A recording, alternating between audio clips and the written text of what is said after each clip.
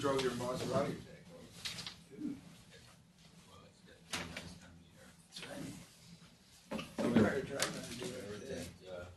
Somebody will vandalize that.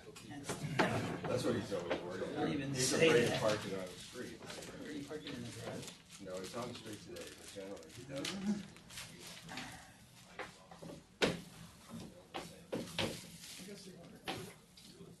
Roasted veggie and egg. Probably kill me away.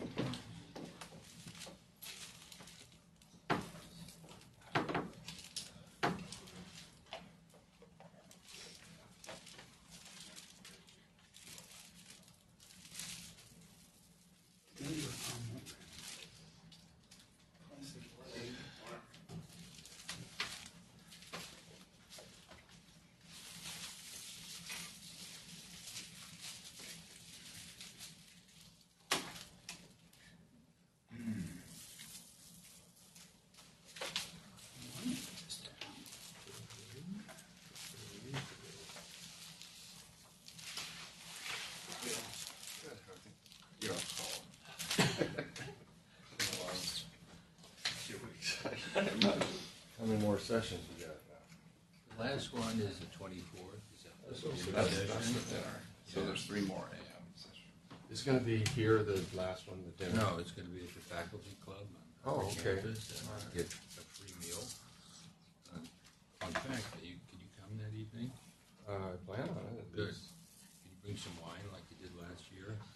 Sure. Not yours. Anyway, I got it. Beggars can't be choosers, though. I'm going to pay for the evening, not me personally, but the evening. So I don't have to pay them. I think last year.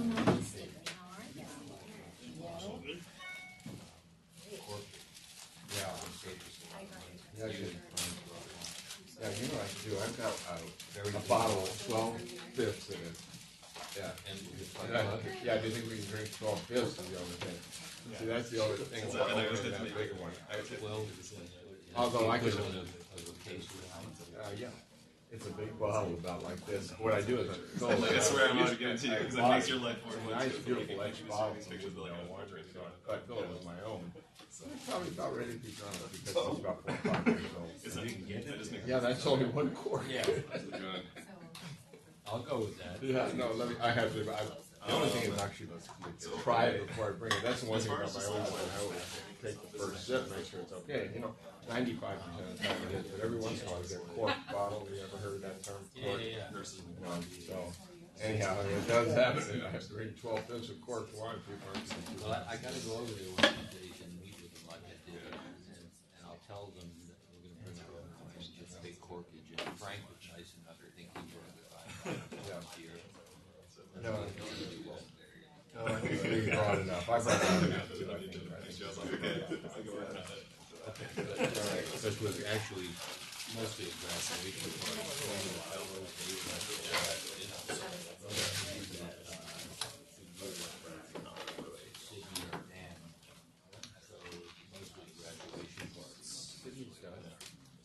It's hard to believe.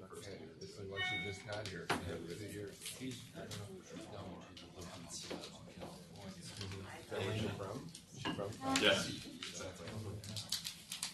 And then Dan is part-time utilist doing research about 3 days a week. Starting a list of what more Very good. Matthew Sadowski. Who's this? Sorry, you Not supposed to be paying for breakfast. Oh, is that right? That's interesting. I didn't know put it in there. Yeah, that was, I caught a lot of stuff from, told me repeatedly, they just off me. Stop. Oh, they could do You have to clean like 27 million. Torture you. $1,200. Like the Inquisition. I was like, You got any trips coming up? Yeah, we're 3 weeks. That was the one, remember, I told you, I was from St. Peter's. Tour? Yeah, it's a cruise. So we hit, We're on the North Sea. Can you imagine me on the open ocean? yeah, well, you know, those big ships, I mean, a lot of times it's fairly smooth. You know, usually at least one night, it's terrible. And you would be sick of the dogs. Well, I've done it. I couldn't But at any rate, but the rest of the days are all smooth and nice. And you know, again, all day you're on land. It isn't until you go. It's the nighttime. Unless you're sick the night before, then you. Well, the one thing about it, you can go to bed and lay down and you'll be all right. You may miss a few dinners. I remember one night on the North Sea, sitting out on the deck, just staring ahead, trying to have a quick focus. Yeah. I didn't mind. Well, the other thing is lay down and go to bed. That's you're right. Then But you you're feel the rolling. Well, the worst is being in the middle of the ship, not being able to look outside the boat, kind of like this. But again, with these huge ships, they go up and down just much as little boats, but they're not as bad. Really rough weather isn't that? I don't get seasick really rough weather. It's the big swells, like when it goes up 20 feet down. 20 feet. But I never get seasick. I get that's rare. Very unpleasant feeling. I know, well, I know, you're driving in a car, just going on the hillside. So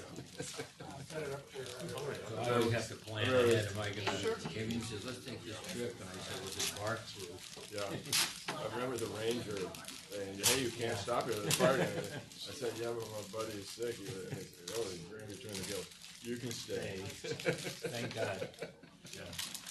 Then I don't remember much of the rest of that trip. I know Wendy was driving, and I was in the back seat. No, that was a tortuous road, there's no question. But the one thing I do remember, those bigger pine cones, you got those big pine cones. Yeah, those are beautiful. Next time we go down, we will come All right, no, I'd like to go It's a again. great trip. It is. This one's in here? Yes. Huh? You. Me? You are. You. And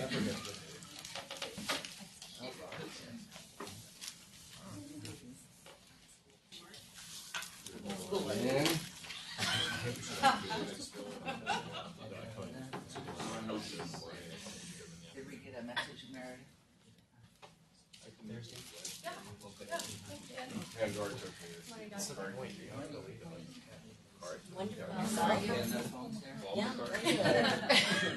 Really need a third. Yeah, he actually was a good concert. Although I can't think of everything else. But there was some pyrotechnics. How's your baby? She's sick. Yeah, she's getting better. Did she get a cold? Good. She had a fever for 102. Which is one thing you probably already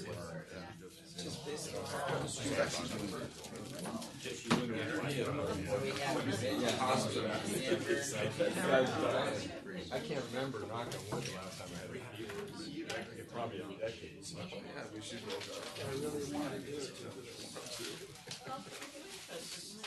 That was a cute picture of her in bed.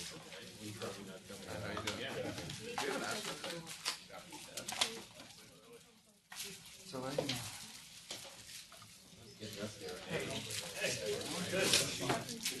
Yes, sorry, the fish face now.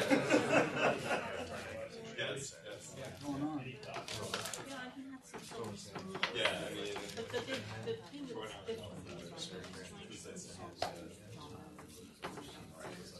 Amazing how so much so much.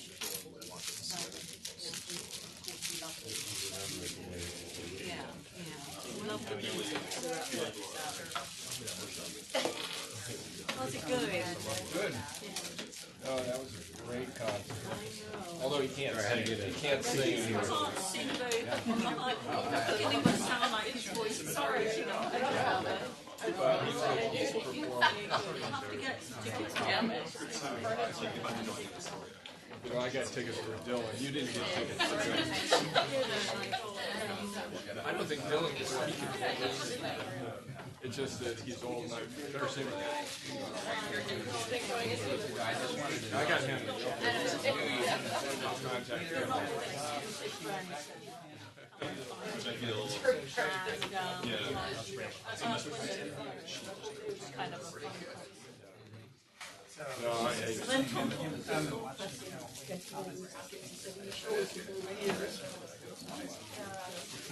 That's very cool. I got tickets. I think I took a Firefall. Remember Firefall? They're playing at Everett at that Annual or something like that.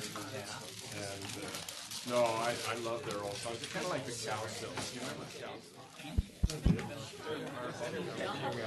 She's too young. That make you feel good.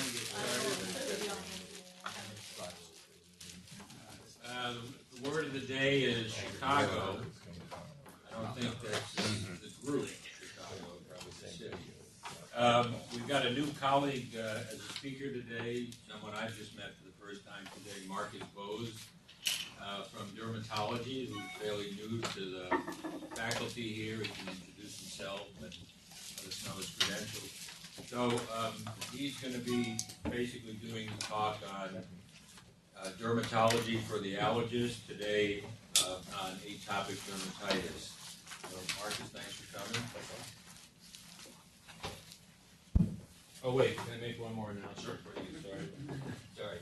The last session of the year is May 24th. It's a dinner up at the faculty club, and I want to encourage as many people to come. We're having 3 people. It's mostly a graduation party for our fellows, and we have 3 people leaving the program. So I want to encourage as many people to come and celebrate their training. So sign up. I'll send out another email that you can sign up.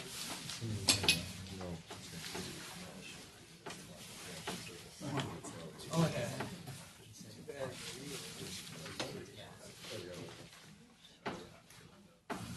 All right. Thank you all for having me. As Len mentioned, I'm a new attending dermatologist at Children's. I think the word of the day is Chicago because I did all my training at the University of Chicago. I got an MD and my PhD in immunology there. I have no interest in doing any basic science, and I'm not a clinical immunologist, but I understand your language, and I think that we can talk a lot. Troy Torgerson and I recently started a dermatology immunology clinic at Children's that meets quarterly, where we see patients who have a known immunodeficiency and out-of-control skin disease, or many facets of autoimmunity that manifest with skin disease, and an unknown immunodeficiency. So if any of those things cross your mind and you feel like you need some help, we'd love to see them, so keep that in mind. I did my training at the University of Pennsylvania and then did a fellowship at CHOP, and here I am, and I'm happy to be here.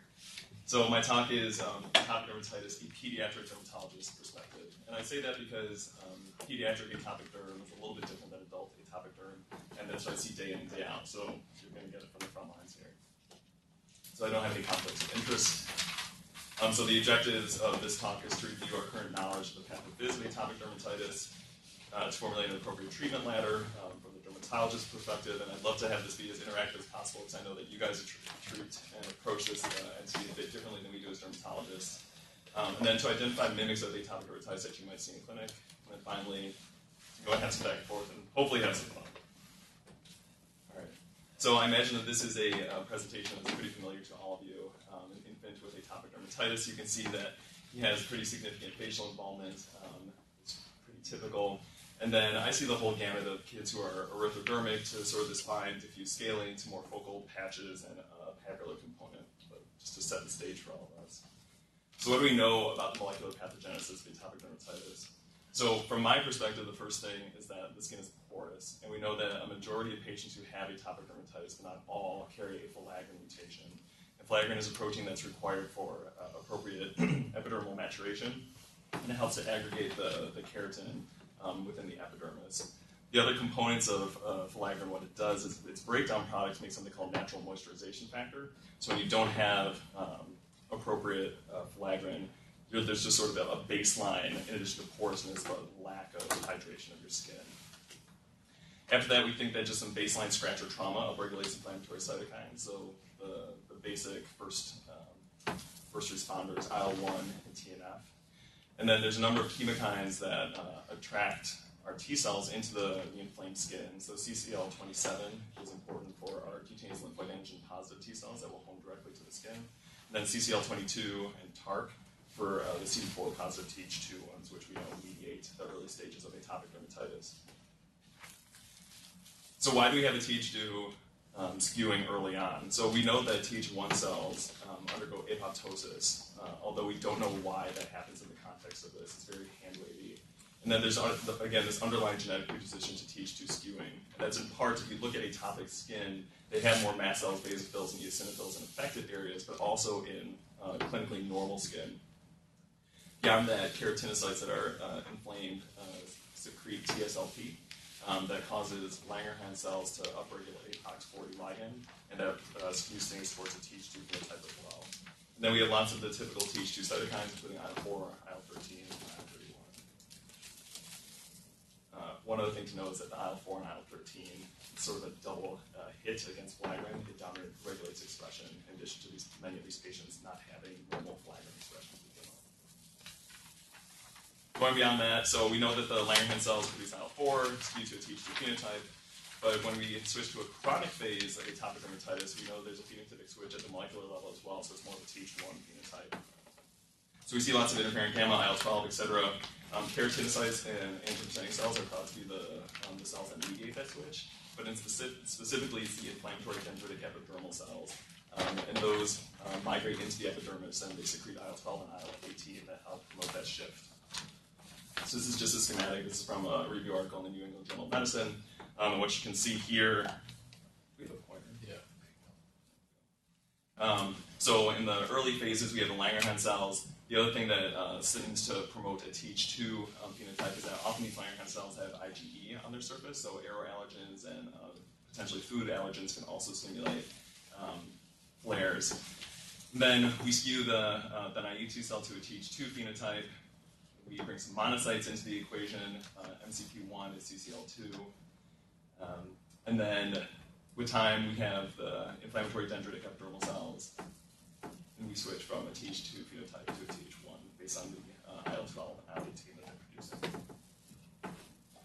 So, like I said, in contrast to the initial patient that I showed you, who was more sort of a acute eczema, this is what my lichenified patients look like. So this is a 17-year-old boy that I see in my clinic in Federal Way, who has had uncontrolled eczema for about 13, 14 years.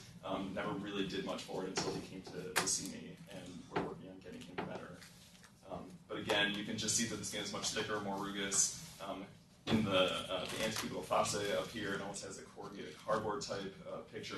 And again, the spots that I see most commonly being affected in my older children are the back of the necks, the anticubes, the popliteal fossa, the wrists, and the ankles are the hot spots. Can I ask you a question? Sure. You know, we call this atopic dermatitis, and you just showed the IgE, but do you have to be atopic to have skin like this? I don't think so. So I'll touch on that a little bit as we go through. But I think that one fundamental difference that I see just based on referrals that I get to my practice from patients who have been seen by allergists is that the way that we consider aero and food allergens is maybe a little bit different. And specifically food allergens, we, unless it's a really severe and recalcitrant case, I don't put much weight into like food restriction and things like that. Do you have any idea why the ankles and the knees and the popliteal fossa and ancube are more involved? I have no idea. I can, for the ankles and the wrists, that makes a little bit more sense to me in terms of their exposure. So, they're out there. You'll either have cuffs or kids are doing things. The ankles too. There's shoes. There's some friction that can precipitate things. But the ancube and popliteal fossa, I don't know. I don't know why it would be there. I'm a veterinary dermatologist, Yeah. and that's kind of the same presentation as far as we see in our dogs. Yeah. Yeah. It's really striking. You'd think that in some ways that it should be less, because if anything, it might be more occluded, almost like an intertriginous, so it might be, a little bit more moist, but don't have the answers. Yeah, it's really easy.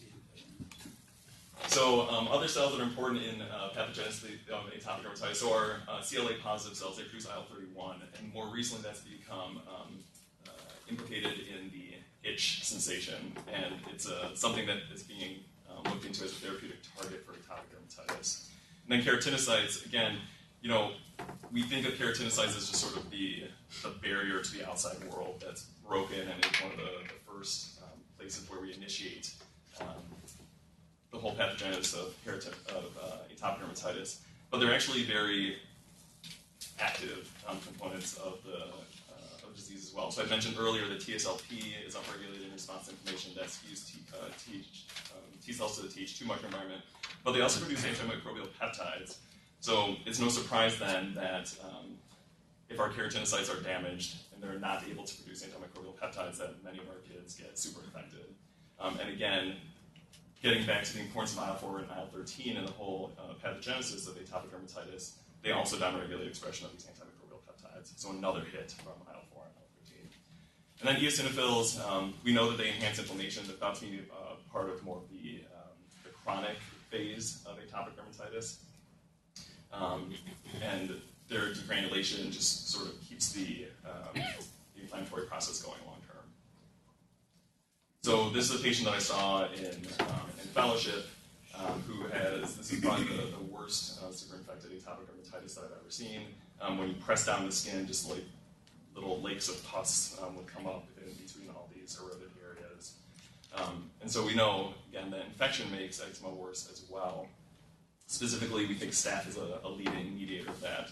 And in general, the theory there is that staph superantigens can either just widespread activate T cells, or IgE can be made that's specific to these staph superantigens, stimulating T cells that way as well. So there's proliferation. This whole process induces CLA expression as well, and seems to downregulate Tregs. And then we also know that atopic skin has a higher pH, and so yeast species like Malassezia can grow there too, and it's thought that those antigens may also contribute to atopic dermatitis.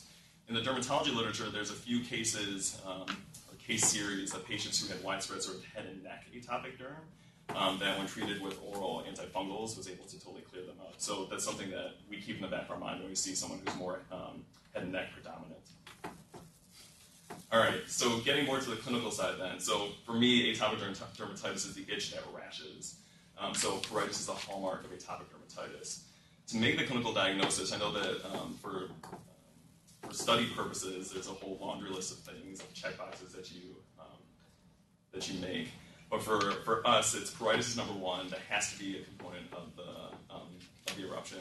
And then 3 of the following 4 things. So either dry skin, flexural involvement in older children, or extensor involvement in infants, personal history of atopy, or for very young patients, a family history in a first-degree relative, and then onset in childhood, which for all my patients is going to be the case. So in infancy, again, we see the cheeks, the extensor extremities, the diaper as a moist environment is spared, and then we have the head lice sign. So if you can recall my first patient, very bright eruption on the cheeks, but sparing around here where we have more sebaceous glands. And then there's often an overlap at that age with seborrheic dermatitis and cradle cap, so I don't really think of them as 2 separate entities, and I treat them the same. In childhood, we get more to the classic form of atopic dermatitis, where again, the wrists, ankles, hands, feet, neck, flexural areas, nipples. It's more chronic, dry, thickened, lichenified, and it's not uncommon at all to see lymphadenopathy. Other features that I look for in my patients when I make a diagnosis of atopic dermatitis is any Morgan folds. So those are the pleats beneath the eyes. Follicular accentuation, especially in my African American patients, they often just have sort of like rough, almost goose flesh-like skin. Hyperlinear palms. So if you look at the palms of your patients, you'll see that their skin markings are much more prominent. And that goes also for a related condition called ichthyosis vulgaris, which is basically just dry skin. It's also caused by a philanger mutation. Nasal crease is just from the allergic salute. You probably see a lot more kids with this than I do.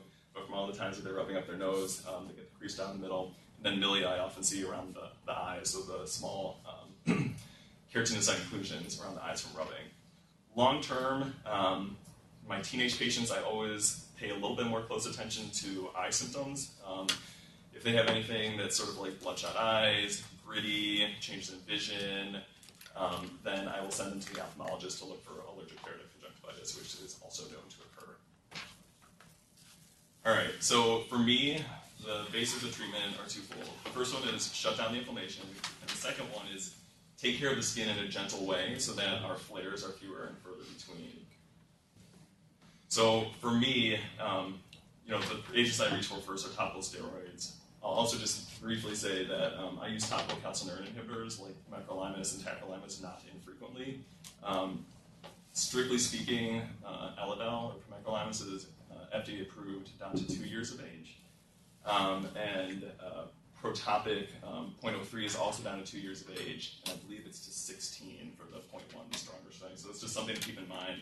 I have no problem using it younger than that, but often it's a fight with insurance. So considerations in determining which one I'm going to use is the vehicle, like creams and ointments the best, the anatomic location. So using an ultra-potent topical steroid on the scalp is a lot different than using one in the genital area. The degree of skin inflammation, so the thicker, more lichenified, I know that steroid has to penetrate deeper, so I'll reach for a stronger one with a more occlusive vehicle, and then if the skin is open and abraded. And in general, I can't say that if patients use my topical steroids the way that I ask them to, that I see a whole lot of side effects, but the most common ones are stria and dyspigmentation. In really young infants, there is a distinct possibility of suppressing the HPA axis. And so you just want to be careful that if you have a child who has a higher surface area to volume ratio, that you're not giving them so much that they're actually getting systemic levels of it. Okay. So this is my personal steroid treatment ladder, and everyone is different. This is just how I trained. This is what I reach for. These are the ones that I know. These are the ones that are also covered mostly by Molina. And so my baseline, just first step, just need a little bit of something is hydrocortisone, acetonide 2.5%. And for all of these, if I can do it, it's going to be an ointment. And then you can see, I don't need to belabor everything for you, but the ones that I sort of keep in my back pockets go to Destinide, the triamcinolone 0.1, mometasone, and clobetasol are the ones that I reach for most frequently. And then again, using topical calcineurin inhibitors on areas where the skin is a little bit more fragile or thinner, face, genitals, axilla. The neck is one of these that I'm sort of plus minus on. It depends on the degree of involvement and where exactly on the neck that it is, but those are nice for longer term use, so you don't have to worry about the side effects of topical steroids. One other thing that I'll mention here. Does anyone in the room do wet wraps or soap and smear? Have you heard of that? Yes. Okay. So that's something that I use not infrequently for my older patients and even some of the younger ones who are just erythrodermic head to toe. So I like using wet wraps, specifically triamcinolone 0.1%. The way that I do it, in the hospital, we can actually have the nurses, if we need to admit them, do everything where they wrap them up. But at home, what I have my patients do is just sit in a bath for about 10 minutes and then get out and drip dry. And then they put on then they put on the ointment, the triamcinolone ointment, and then put on a pair of damp pajamas. So they should be wet and then wrung out, and then a pair of dry pajamas on top of that. If they can go to bed that night and just sleep with it all night long, great. If they can only handle 2 hours of it, that's what I do. And then I'll have them do that on consecutive nights for up to a week, just depending on how inflamed they are. But that I have found works really, really well. It is something that can help our patients who just can't seem to break this itch scratch cycle. Can we assume that all of those are probably ointments? Yes. Assuming, Yeah. So, and it makes a difference for some of them. So, for instance, mometasone 0.1 ointment is a class 3, but cream is class 5. So these are all ointments. Certainly, depending on the location. So, in infants, oftentimes it's fine to get an ointment to put in the scalp, right? Because it gets through. But if you have someone who has bad atopic derm, like a teenager who has a full head of hair, it's nicer to give them a different vehicle. So for my African American patients, I often prescribe the fluocinolone oil because that's very similar to the hair products that they use for themselves anyway. And in my Caucasian or Asian patients, they usually prefer like a solution because it's just easier to get through the scalp. So, okay. So again, I think that this next slide here is informed by my own bias. I think that if you survey pediatric dermatologists or dermatologists in the community in general, everyone has different approaches to skin care, and specifically to bathing. So let's talk about moisturization first. So for me, greasier is better. So I always have to have the conversation with my family is that there's a difference between a lotion that you pump out of a bottle and a cream that you squeeze out of a tube or pour out of a jar, and then something like Vaseline ointment. And the greasier, the better. Oftentimes families don't like to have a child who's just like slick with ointment, and they're like, do I have to do that? And in the end, you got to work with your families. And so I say, if you're willing to do the cream, then fine. I prefer if you do the ointment. The same thing with my teenagers. They're like, well, I don't really want to go to school all greasy. And sometimes we'll make a compromise that if they have to do it twice a day, they can use, like a cream in the morning and ointment at night when they go to sleep. And so they're not going to look greasy and shiny to their friends. I do think it's important to be aware of additives that can be in a lot of these things that can precipitate allergic contact dermatitis. So I have lots of conversations with my families who are like, well, I got this like baby Ganix, like Mama Earth, blah, blah, blah, and there's all sorts of, like tea tree extract and this and that. And you can develop allergic contact dermatitis to these things. In fellowship, we had a patient who came with a suspected drug reaction, head to toe erythrodermic, but wasn't on any really obvious culprit drugs, and we found out after about a day that his parents had been putting a calendula oil on him as a moisturizer, and he developed allergic contact dermatitis to that. And so every time they tried to make his eczema better with the calendula, they were actually just precipitating it. So it's really important to kind of suss out those details. The other thing that I'll just say, too, is that Eucerin and Aquaphor both contain lanolin, which is a known allergic contactant. And so when I have my families be like, well, can I use like this Aquaphor or Eucerin? I'll tell them it's fine. Most kids do not end up developing that, but I just like plain old Vaseline, like white petrolatum petroleum jelly, because there's nothing else in it. And it's cheaper, so you win on all fronts there. The other thing that I would just say too is that I personally use Vaseline as just like a shorthand for petroleum jelly.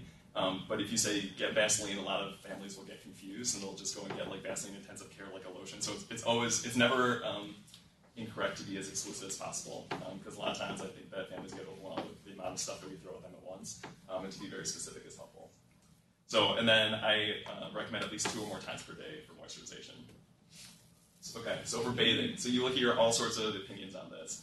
My personal bias is that children should only be bathed 2 to 3 times per week until they get to adolescence and they start to stink and all those sorts of things.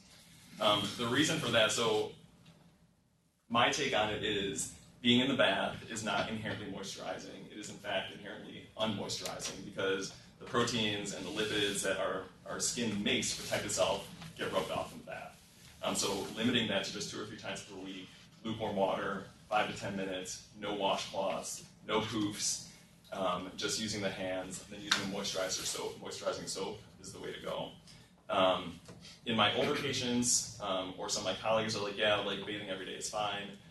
The caveat to that is usually, but you have to moisturize yourself the second you get out of the bath, and that can work too. So, I use that with some families. They're like, well, my infant, the time that we bathe is every night, and it helps me with bonding, and I think that's great. And so I think that's like a workaround that you can do. But it has to be really explicit that you need to lock in whatever moisture is there immediately after getting out of the bath. And then pat dry instead of rubbing. Other things that I have found that have been helpful, just getting a gentle detergent. So they have like the All Free and Clear, the Tide Free and Clear. Kirkland makes one now. Those can be helpful in patients who seem to be really sensitive. Avoiding aerosolized fragrances. And again, this is something where I found that I have to be really explicit. So I'll say, are there fragrances in the home? And patients say no. And I say, do you use Glade? Air fresheners? No. Do you use candles? No. Do you use warmers? No. Do you use incense? No. Then it'll go on. Well, I use the plugins. And I was like, okay. So now I've added plugins to my thing, right? I once had a patient that I followed for it was about a 3rd visit where I kept on, I was like, there's something that's coming into contact with your skin, I don't know what it is. And I'm like, going through everything that I can think of that would be aerosolized in the home. And then mom's like, oh, well, we use Febreze on everything in the house just to clean it up. And I was like, oh, the Febreze. So that has made its way onto the list now for me also, that Febreze can irritate things. So sometimes you just really have to spell it out for patients. You just give them a list and have them say yes or no. And then avoiding irritating fabrics is helpful as well. All right, so this is a paper that came out about a year or so ago. There was a complementary one from a Japanese group as well. This is from Eric Simpson's group at OHSU. And what it looked at was how much does actually protecting the skin barrier help us? So what they did was take 124 families and patients who were high risk for developing atopic dermatitis, and high risk was defined as having a 1st-degree family member that had any form of atopy, whether it was eczema, asthma, seasonal allergies, or food allergies. And so these families were divided into 62 each. The first family did nothing for the skin of the patients, and the second one used either an oil, a cream, or ointment daily, and so they just had to do it once a day by 3 weeks of age, and then did that for 6 months. And then at 6 months, they had a clinic visit, and they said, do you have atopic dermatitis or not? What they found was that there was a relative risk reduction in the incidence of atopic dermatitis in the treated group by 50%. So, this was a small, not particularly well-controlled study, because it was just sort of like, you can use whatever moisturizer you want, you can put it on how many times a day you want, you just had to use it by 3 weeks up to 6 months. But I think that that's, pretty compelling evidence that this is something that's worth doing and recommending for all our families. What else? So other things that I reach for when topical steroids aren't cutting it, or it's just like too widespread, and doing a wet wrap or soak smearing hasn't helped, is narrowband UVB therapy. We do not have that at Children's, but our colleagues here at UW do, so we'd like to send them there 2 to 3 times per week for up to 12 weeks to start, and then we just kind of titrate down from there. With kids, it's a little bit tricky. The youngest that I have ever put in a phototherapy booth is 6 or 7. In where I did my training at CHOP, we had a photo booth there in our clinic. And sometimes for our really severe children who are younger than that, we'd have the parents go in with them. So they basically like had to dress up like they were robbing a 7-Eleven, and they had like the mask on and full outfit, and they just stood there with the child, and then sort of like shield them from the back and shield them from the front, and just make sure that they weren't like running around in the room. So there are ways around it, but it gets a little bit complicated. Everybody in West Philly looks like that. Not anymore. West Philly is up and coming. So, as far as systemic immunosuppressants, I really like methotrexate a lot. I've had success with azathioprine. Cyclosporin works well too. Cyclosporin, of all these, is the one that you can't really keep patients on for long term. But again, thinking back to patients that I saw with my mentors in fellowship, there were lots of times where we just kind of had to rotate through. So they would do phototherapy for a number of months, and then when that stopped working, then we switched to methotrexate. It was just kind of this ongoing cycle, but you could always cycle back. It'd be great if we had something that was a little bit more long-term effective. So, but in the pipeline now, in phase 2 and 3 trials for adults, and hopefully making its way down to children, are apremilast and dupilumab. So I just wanted to touch on those really quickly. So this came out in Archives of Dermatology, now JAMA Dermatology, a few years ago. So this is just a pilot study for apremilast. So this is an oral phosphodiesterase 4 inhibitor, and the thought behind that is that leukocytes in patients who are atopic have higher levels of PDE4. And by inhibiting that, what we do is raise CAMP levels in those cells, and then that triggers PKA, and the downstream signaling from there basically just halts these inflammatory responses and other things such as neutrophil chemotaxis. So this was an open-label study, 16 patients. The first 6 patients took 20 milligrams twice daily for 3 months, and then when they saw that they actually had good results with that, they enlisted another 10 patients who took 30 milligrams twice a day for 6 months total. And then there were a number of outcome measures. The EASY is the eczema area and severity index. DLQI is dermatology life quality index. VAS is a visual analog scale for itch, and then the investigator global assessment. As far as adverse events, nausea is the one that was most common to all patients, so that seemed to improve with more time being on the medication. And there were a couple patients who had flares of their atopic derm that were rescued with topical steroids, then 1 episode of zoster in the first group. So these are the results. So this is the EASY score. And you can see, so up on the top here. Use the pointer. So up on the top here, these are the 10 patients that were in cohort 2, and you can see that their EASI score went down, which is good. And for the 6 patients that are in the first, it went down as well. These were found to be statistically significant. Whether it's clinically significant, I think, is another question. I guess I can't make that judgment, but certainly the trend is going in the right direction. So this is, again, the percentage change in the EASI score, and what they found was that in patients who had been on the medication for 6 months, more and more of them seemed to be improved. But even with the 3-month, even at 3 months, they were doing well. So looks like it's a helpful medication. These are other outcomes that they looked at. So again, all these were statistically significant, looking at this visual analog scale for pruritus. Again, I don't know. I'm a little bit wary of this data because it does look like it's a little bit up and down and all over the place for how effective it is. You could say that going from beginning to end, that yes, there is an overall trend towards improvement in pruritus, but I don't know how durable or how significant that actually was for the patients. And here, this is the DLQI, so you want to have a lower score. That means your quality of life is better. And again, the patients who took the lower doses, they were starting at a better quality of life score and went down. And the patients who took the higher dose, they were starting at a more severe level of eczema. And again, there was overall improvement, which is statistically significant. Interestingly, when they looked at the investigator global assessment, this is the one outcome that didn't show up as being statistically significant. And it makes a little bit of sense when you're looking here. So this is looking at the apremilast 20 milligrams twice daily. And you can see that at baseline there were a number who were moderate to severe, and some that were very severe. And basically all that you got out of it was that a few of them went from very severe to just severe. So, again, sort of raising my doubts about how effective this medication is. I suppose severe is better than very severe, but it's still maybe not a quality of life that we're looking for. And then, again, down here, looking at this is at 3 months in the second cohort, so these are the ones that were treated with 30 milligrams twice a day. And again, there is an improvement. There's more that are sort of moderate, some that made it down to mild, but again, the results are maybe not so impressive. But for patients who have failed all these other therapies, for something that has relatively low risk, it seems like, and for patients who don't like injectable medications, this might be a worthwhile adjunct. So more promising in my estimate is dupilumab. This came out in the New England Journal a couple of years ago.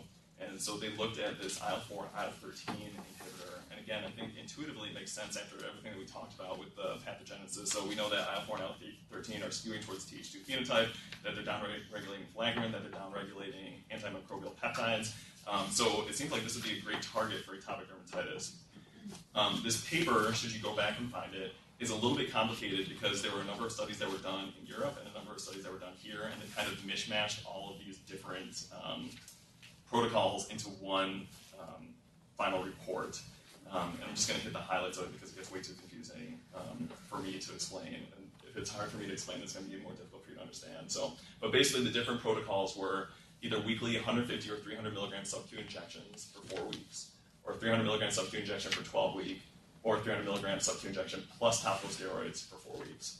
And then again, there were a number of assessment outcomes, including some of the ones that we looked at before, and then they tried to correlate things to TARP and IgE levels as well. So this is the money slide from the paper. So with this is the EASY 50. So what that represents is patients who obtain a 50% reduction in the severity of their eczema. What you can see is that in the 300 milligram treatment group, there was definitely a significant increase in patients who had much less eczema compared to the placebo, and for the lower doses as well. So even the 150 milligrams was a statistically significant improvement over baseline, although 75 milligrams was not. Going over here, so this is the pruritus related score. So again, you're seeing that there's really marked improvement. So percentage change of about like 50% improvement in pruritus after just 30 days on the medication in our group that's treated with the highest dose of dupilumab. This M12 study, this is just another one of the ones I mentioned where they're looking at 300 milligrams. So this is the patients who had gotten 50% improvement of their eczema. And, by day 40, basically 90 to 95% of these patients had improved by at least 50%, which is pretty remarkable. And again, the pruritus score follows a similar kinetics where it's just really rapid improvement within a month or so and is durable from then on. As far as side effects, there really weren't any. There was just injection site reactions was the primary one. The other thing that's interesting is that the control arm was the arm that suffered the most major adverse events, and those are specifically superinfection and flares of their atopic dermatitis. So it really seems like this is something that benefits our patients considerably. Children's is, we were just selected a study site for this medication for children. So if you have any kids who have really bad atopic derm that have not been on any oral medications and have only been treated with topical steroids, send them our way because we can enroll them. And I think it's going to be great for that age group as well. Okay, so the other thing that I think about every time I see a child with atopic dermatitis is there superinfection or not? As you might imagine from this little baby who looks like he's in a hospital bed because he is and has lines. So this is eczema, and this is superinfected with herpes virus. And you get a little bit of sense of that here. You can see that there's these scalped borders, a very intense beefy erythematous base, and you can imagine that there were maybe some grouped vesicles here at one point. But he had a widespread herpetic involvement. And this is another little boy that I see in my clinic now who has the most refractory nummular eczema that I've ever seen and is always super infected. and he's a little bit of a challenge for me too. So as far as treating superinfection for herpes viruses, I go straight to cyclovir. So here's the oral and IV dosing. Some people now go up to the same 10 to 20 milligrams per kilogram dosing 4 times daily, so up to 80 milligrams per kilogram per day. And then it's just important to note that the max dose in adults is 400 milligrams per dose. And for me, I always have to think about things, because if kids are about 50 kilograms or more, then I need to just think of them as adults in terms of their medication dosing. For bacterial superinfection, and I guess what I would always say too is it's never wrong to culture. So if you think that someone has bacterial infection, it's just good to do it. I've heard lots of patients who are referred to me, their physicians, like, whenever I think that it's a superinfection, I just treat it and it's not. And whenever I don't think that it is, then it is. And I never know whether I should culture or not. Just always culture. You're never going to go wrong with that. So I like Heflex first. I don't know. I'd be interested to hear what your guys' perspective is on this. But I find that a lot of my patients, even when I culture them and they come back growing MRSA, they will clear on their Heflex. And I don't know whether we're just like growing out a more virulent, productive species on the dish, that the majority of what we're actually seeing is MSSA, and then if we can clear that, then our body can kind of take care of any MRSA that's left there. But it's interesting the number of times that I've grown MRSA and called the families a few days later and been like, how are things going? They're like, yeah, looks like the infection's mostly gone. So I would definitely have a back and forth with the family about that. And then for MRSA, clindamycin works well too. It's 8 mg per kg dose 3 times a day. So other things that I do are bleach baths. I think bleach baths are great. There is some evidence out of from Thomas Lung's lab, he's now at Penn, he was at Stanford previously, that in addition to actually just sort of decolonizing your skin, the effects of the sodium hypochlorite actually calms down the inflammation associated with atopic dermatitis. The effects of that is relatively transient, only lasting for about like 6 or 12 hours, but it seems like there's more to it than just getting the skin a little bit cleaner. So, as a baseline, if I have someone who I think is frequently getting super infected, I will just have them do it like 2 or 3 times a week. As they get better and better, then just kind of having them do a bleach bath once a week or so is the way that I do it. And I just have them mix a half cup of bleach in a full tub of water and sit in it with nothing else for about 10-15 minutes, and then rinse off and put on their moisturizer and get on with life. Other things I sometimes do is mucuricin decolonization, so I'll give the patient and everyone in their family mucuricin they can put under their nails and their nares, because that's where staph likes to grow. They'll do that 5 days in a row, twice a day, for like the first 5 days a month, and do that for 6 consecutive months, and that can be helpful as well. Okay, so moving on.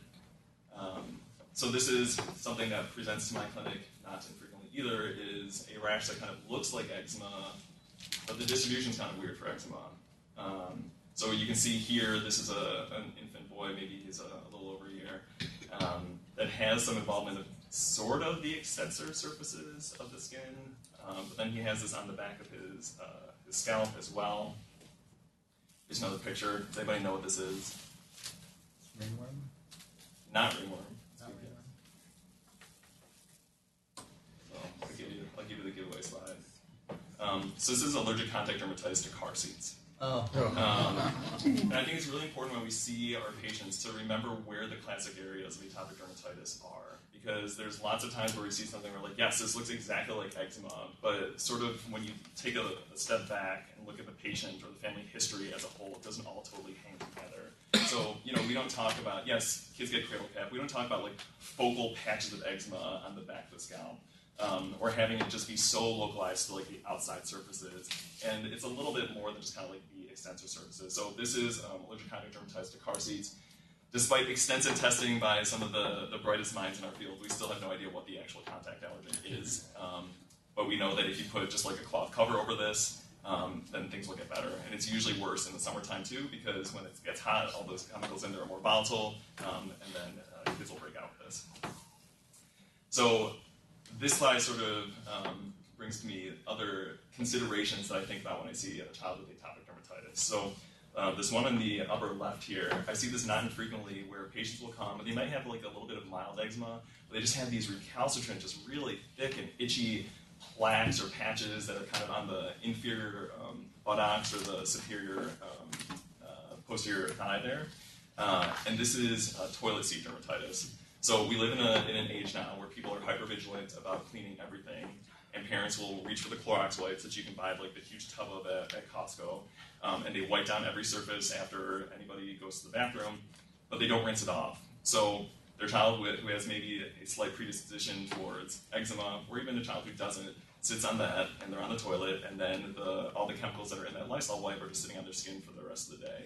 So I don't see this infrequently, and usually telling the families to just like cut it out with the crazy disinfecting and just using soap and water goes a long way. If they insist on using the Lysol wipes, that's fine. Just ask them to rinse it off afterwards.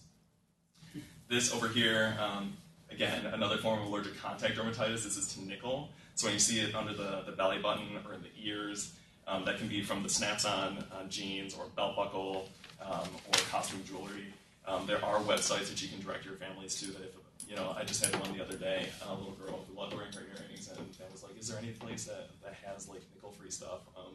And yeah, you can get like, I guess like 24 karat gold things, but maybe you don't want that for your child. But there are actual websites where they trade only in nickel-free things. So other things that we see not infrequently for allergic contact dermatitis. So there's an ingredient called MCMI.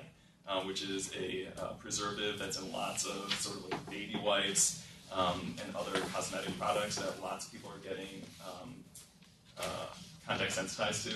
This is also an adult, so it's very popular these days just to use these sort of like sanitary wipes. It's not just for babies anymore. So if you see someone who has an eruption that's like really in the gluteal area, ask about, are you putting any wipes or anything down there, because it could be one of the preservatives that's in there. How often will you patch test versus just sort of clinically diagnose? I try to clinically diagnose it first and get away with them, like cutting that out. But if that doesn't work, then do you have a large panel of stuff? We just use the true test. Yeah.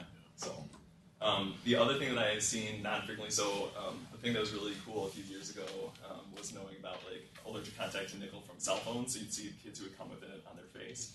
But what I'm seeing more now is kids who are actually getting it on their palms from tablets. And so there's nickel in iPads, and they sit there all day with their computer and they're texting, so it'll get really bad. And you can see it more on these fingers and in the central palm because that's how the kids hold it. So think about things. If you're seeing something like this is symmetric and it's kind of weird, always think about whether there's something in the environment that might be coming into contact with. What is it about nickel compared to other metals? I have no idea. So, and nickels and chromates overlap a lot also. So, cement workers, if you ever have any of those in your clinic, they often have a nickel and chromate reaction because chromate is involved in cement. So this last little guy, you're like, why are you showing this, Markus? Because he was atopic dermatitis, and that's all that you said at the beginning. So for him, when I look at him, I look and I say, okay, you definitely look like you have normal infantile atopic dermatitis. You have scaly inflamed cheeks, a little bit weepy. You have a nice headlight sign where everything here is spared. And then you look down, and you're like, you have stuff that's down here, but it's all kind of like up here. And so when I see that, I think that there's something, again, in the environment that's probably contributing to this, because that's what's exposed when a baby's just wearing a onesie. And this is a patient I saw in fellowship about this time last year, and it's the season changes, and there's pollen in the air. So I think it's always helpful to keep that in mind, because this is the one time where I tell my patients that they should bathe every day. So if you think that there's some aeroallergen that's from the environment that is coming into contact with them, I have my patients just rinse off really quickly, just for like a couple minutes in lukewarm water, and then moisturize, and then go to bed at the end of the day, because you don't want them marinating in like pollen or ragweed overnight and making their eczema worse. So again, the distribution thing is really helpful, just to take a step back sometimes and be like, where is it? Besides just like, oh, it's eczema. Okay, so this is something different.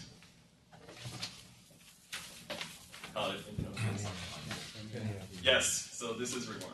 So this is just sort of normal run-of-the-mill Tinea corporis. This is a more extensive one that was treated as eczema for a really long time, and actually became tinea incognito, a little bit of Myake's granuloma. So that's when the tinea are just so free to proliferate that they go down into the hair follicles. And usually at that point you need to use systemic medications to cure patients. And so I'm just going to put this out there too. I see this a lot from pediatricians. I don't think that our allergy colleagues do this that often. Lotrazone, has anyone ever prescribed that here? Combination. Yeah. Okay, don't ever prescribe Lotrazone.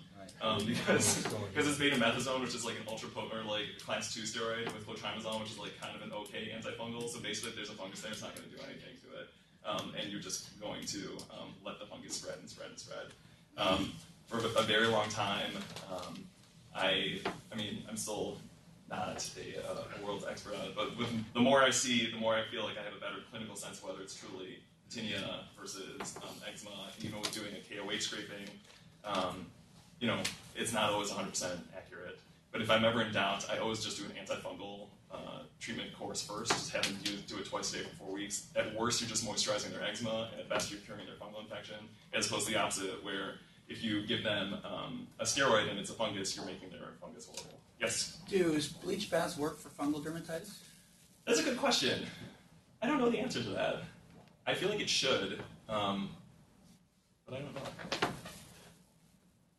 And to clear that systemically, like 4 or 5 days of diflucan? Or? Yeah, so it depends on the age. I mean, Grisio is sort of what we're used to using, but terbinafine is another one that... So in pediatrics, terbinafine or Grisio are the ones that we reach for, but I think like flu would be totally fine too.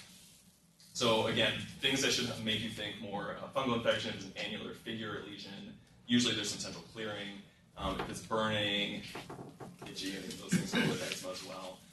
Papules at the periphery, like in this patient, are very characteristic as well. And then again, beware of this Tinea incognito, which is a fungus that was treated with topical steroid. So, and this is when I have a successful KOH prep. These are all the little branching hyphae that you can see through here. So,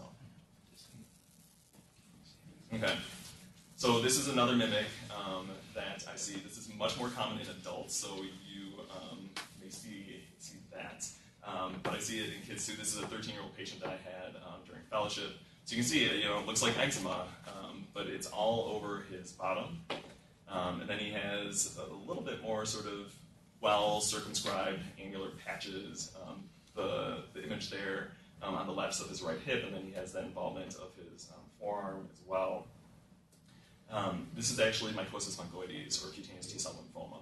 This is another thing that's just really important to keep on your differential. So MF is 1 to 2% of all non-Hodgkin's lymphoma. And in kids, non-Hodgkin's lymphoma is 7% of all childhood malignancy, and 10% of those are cutaneous lymphomas, the majority of which are mycosis fungoides. So that's a pretty low incidence in childhood. It was just 1 in 2 million. But in adults, we get up to 24.6 per million. And where I trained at Penn was just a huge center for CTCL, and so I saw a lot of this in adults. And we do think that there's an environmental component.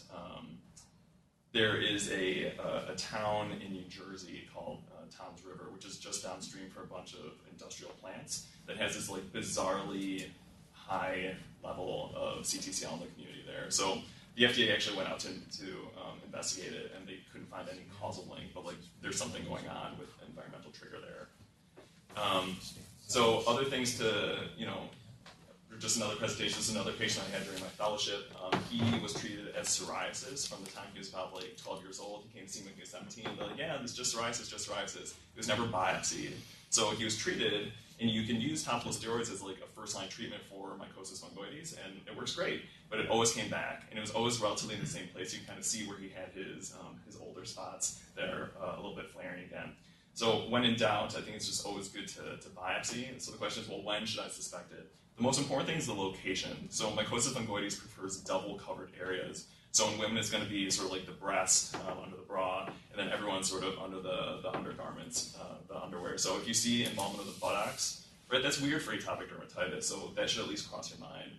Recalcitrance of therapy is important, and then B symptoms if you ever see someone who's having, fatigue, night sweats, full body pruritus, things like that. If you see someone who's just erythrodermic out of nowhere, it could just be their atopic dermatitis, but certainly CTCL should come into mind. And then, doing an exam for hepatosplenomegaly, for lymphadenopathy, it doesn't necessarily suggest a malignant process if it's there, but it's just another thing to consider. And when in doubt, if you know how to biopsy. If you need me to biopsy, send to me or any of my adult colleagues at UW. John Olerud here has done a lot of it. Michi Shinohara is sort of taking up the reins and working with the SCCA on these patients who have MF. So there's people who are interested, and we're happy to help in any way we can. Okay, so this is how am I doing on time? Got 10 minutes. Okay, good. So this is the last minute. I'll just state briefly. There's a whole class of things. I'm just avoiding this talk because it's basically another talk in and of itself, and that's eczema in patients who have primary immunodeficiencies. That's just, everyone who has a primary immunodeficiency has crazy town eczema. Not everyone, but a lot of them do. But we can save that for another talk if one wants to have me back. So this is another patient, and this might present in your clinic, and it's just a kid who has really bad eczema. So this patient was actually 4 years old. And you can see he's just completely erythrodermic, scaling. Then you look around a little bit more, and you're like, it's kind of weird. Why is his skin a different color? His hands are a little puffy. You look, this is not the best focus shot. His feet are a little puffy. And then you look at his face, and you're like, this is not right. This is not right because that dermatitis is severe. It has a weird quality to it, and just the child himself looks ill. So this is not just atopic dermatitis. This is kwashiorkor. So this was my first day of consults as a first-year dermatology resident. This was the first consult that came to me, and I was like, oh my gosh, what do I do about this? Because I told my attendants, I think that this child actually has kwashiorkor. And the most important thing on this is getting the history. So the history in this patient was he had atopic dermatitis. The family had a bad experience with some provider somewhere in the past, and then swore off all sort of institutional medicine and went to a naturopath.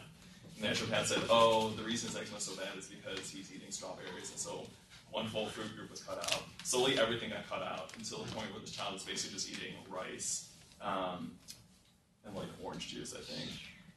And so he didn't have enough protein. And so the thing that should raise your hackles for kwashiorkor is that it's refractory, so no treatment is going to make this better. The dermatitis that we see here is sometimes called crazy pavement or peeling paint, where you feel like you can just kind of peel it off, so that's very characteristic as well. The face and flexures are the most commonly affected areas. Depigmentation of the hair or lightening of the skin, like you saw acrally for this patient, is very common.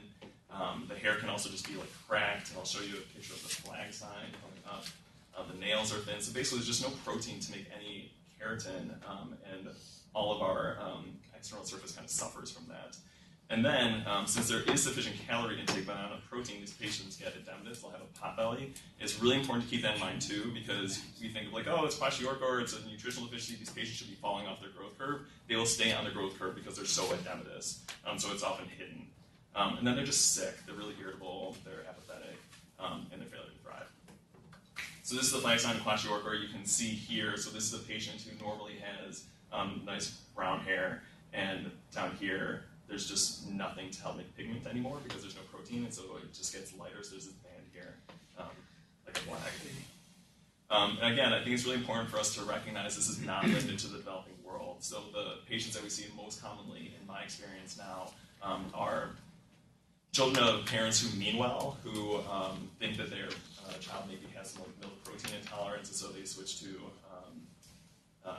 rice milk. My mentor, Albert Yan, who did his pediatrics residency at Children's here, he wrote an article called Rice Nightmare, because rice dream is the name of the rice mill. He had a patient whose parents were only feeding him rice dream and developed kwashiorkor because of that.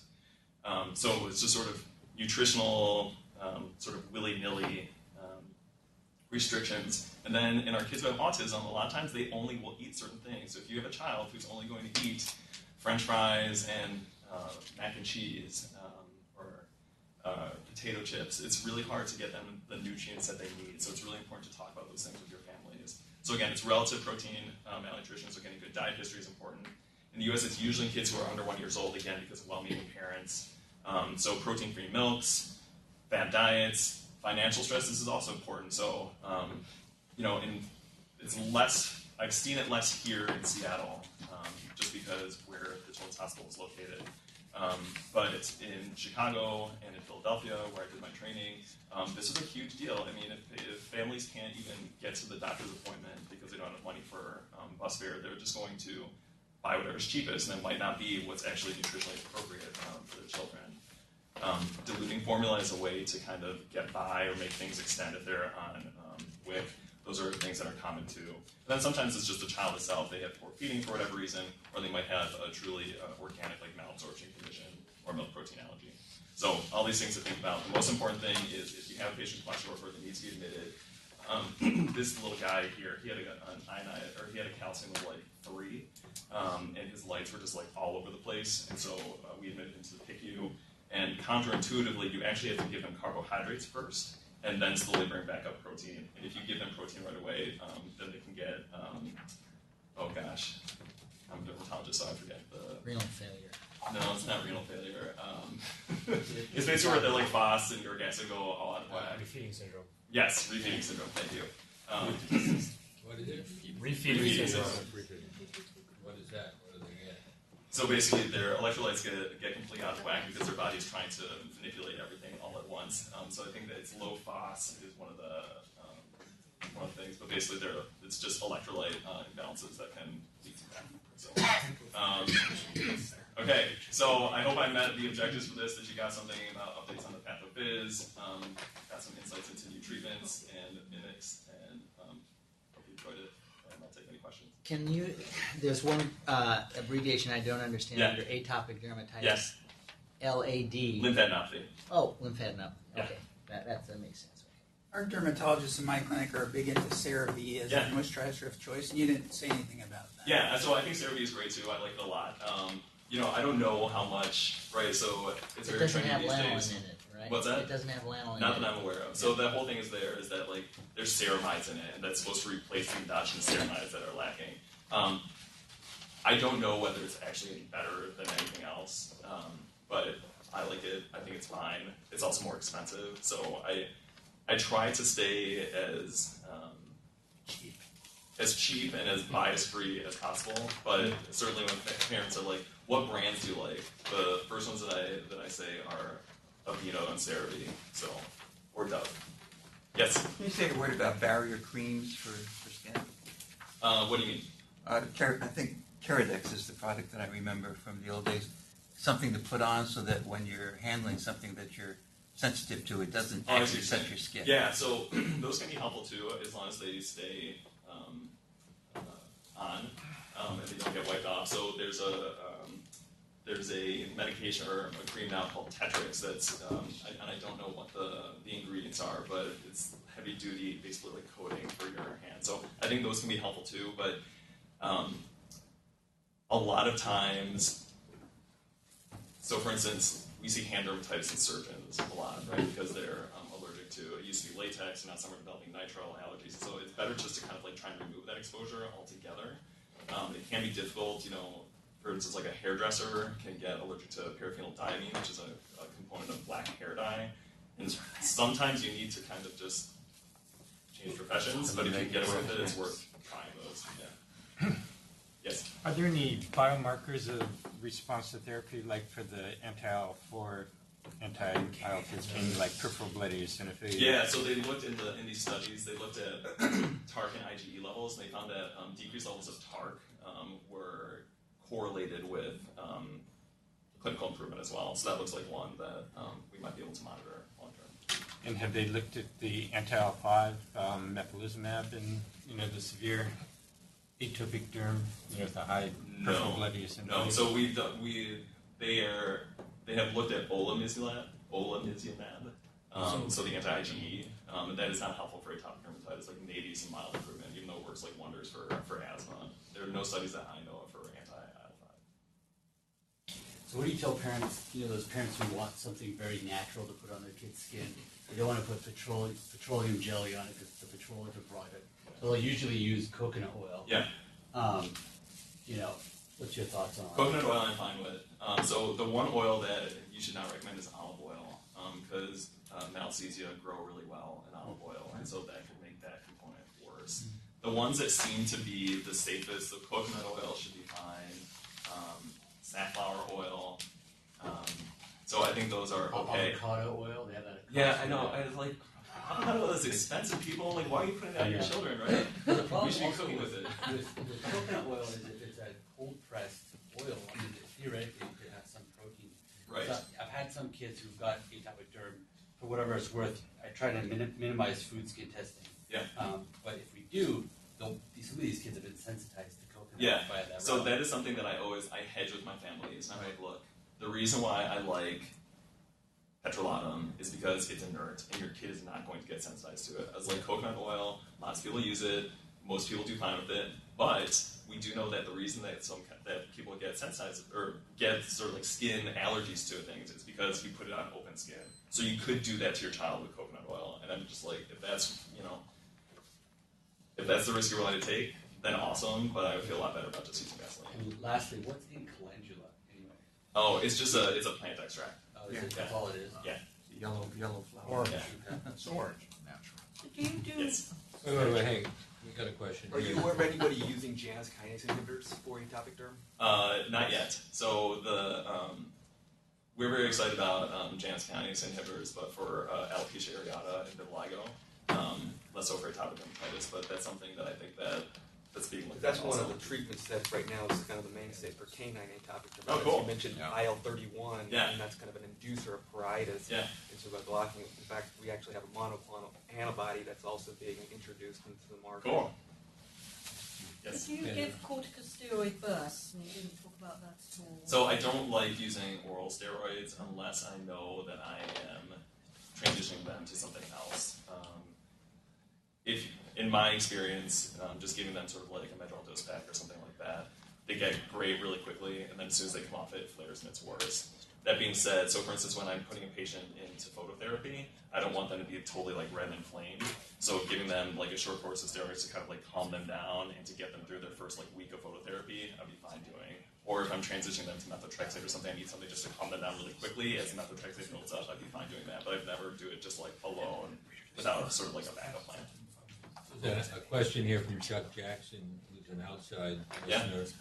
He said, several years ago, the Quad AI, our society, Eczema Talks, recommended preventative use of topical steroids to treat, like we do nasal and bronchial topical steroids, 2 to 3 weeks of every other day use of a mild topical steroid in eczema-prone areas after resolution of the flare-up, continuing it. Do you agree? That's not something that I normally do. I can't say that in the places where I trade that is something that I've seen or that I know that people do it frequently.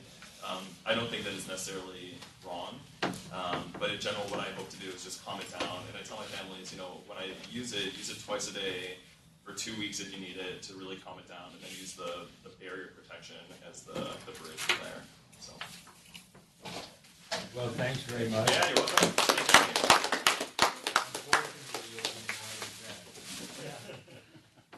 Sounds good.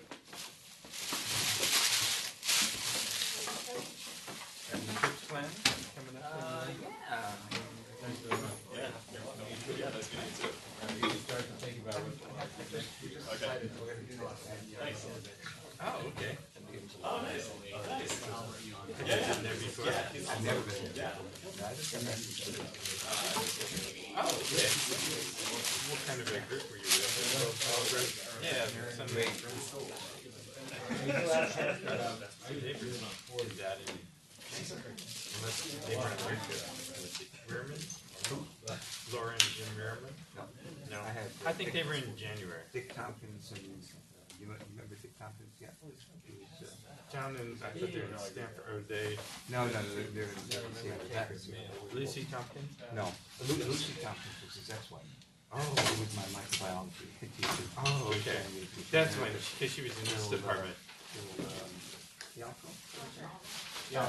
Yalco, Yeah, down in Stanford. Yeah. Okay. But her husband is Dick Yeah. Tompkins. Oh, are you still having Okay. the? No, there's no morning. So just the night. Just evening. Got it. dinner Okay. sauce. All right. Thanks. He was trained as an internist. He was the Are you director of public health service hospital Yeah. in the old days. And then he did the Jeremy I think like my kids. I've been to Chicago, but I've never been to our college. Okay, so that you had a good group then? Yeah, Did they have group of 24 with their own bus driver, and the Spanish-speaking guy was great. Yeah, we heard all about it from our neighbors. Yeah, it sounded like just a great experience. Yeah, absolutely, absolutely. Yeah, it's good to go now because That's everything. Yeah. They say, yeah, that's really seems to be the hot destination right now. Have you done those road scholars before? I've never done that before, but I'm going to do it again. All right, cool, thank you. Very interesting. So Dick and Brian, his wife, said, well, why don't you go with us? You can hang out with us. I said, okay, I'll give it a try. But the group was so nice that I was thinking, I'm generally pretty outgoing. Oh yeah, definitely. Yeah, fit in nicely. Yeah, we were talking about doing that in New Zealand. Yeah, There's one coming up, but the timing didn't work. Have a good day. I did too. Yeah, now what's happening, because I haven't heard back from them. Reviewing it, and they asked them to rush.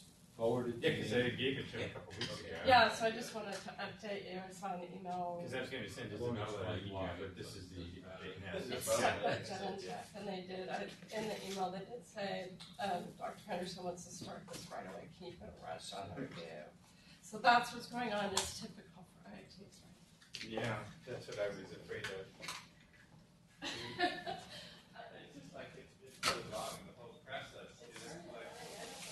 There's not much, there's no real food left here. Yeah, I can just clean up if you want. Yeah, but that's the usual, take it out of here, absolutely. I'm gonna go grab the IT guy because the menu over here is frozen, so it won't stop recording. So.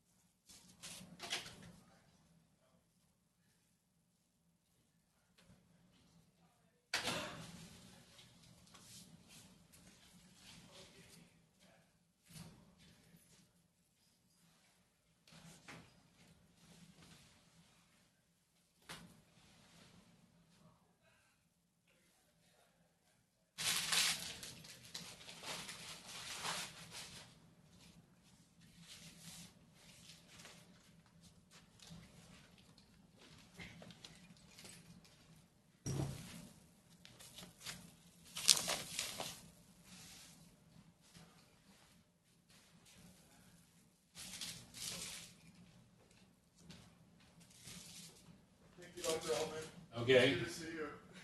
Yeah. Very interesting conversation. And I'm just waiting to hear back from Deborah on the list. So hopefully we'll have something for you this week. Yeah, I've already got the first 3 speakers for Okay. next year lined up. Okay. So, starting to actively work on that and try and get a grant in to your company for some more funding. Okay. I have to go through the university bureaucracy first before I can even submit it. I can't do it directly after long story. Anyway, I have to just jump through certain groups to get it done. Do you have any preference on speakers? Do you want them from, does it matter to you? Well, I'll know when I see the list. Okay. No, I don't care whether they're from, they have to be able to give a non-commercial CME talk of this kind of quality. And then they can give a commercial talk for you as well the night before. That's the way we work this. So there's certain people, and if I don't know them all, I often go to my colleagues here and say, this person, this is here, quality, what you expect. All right.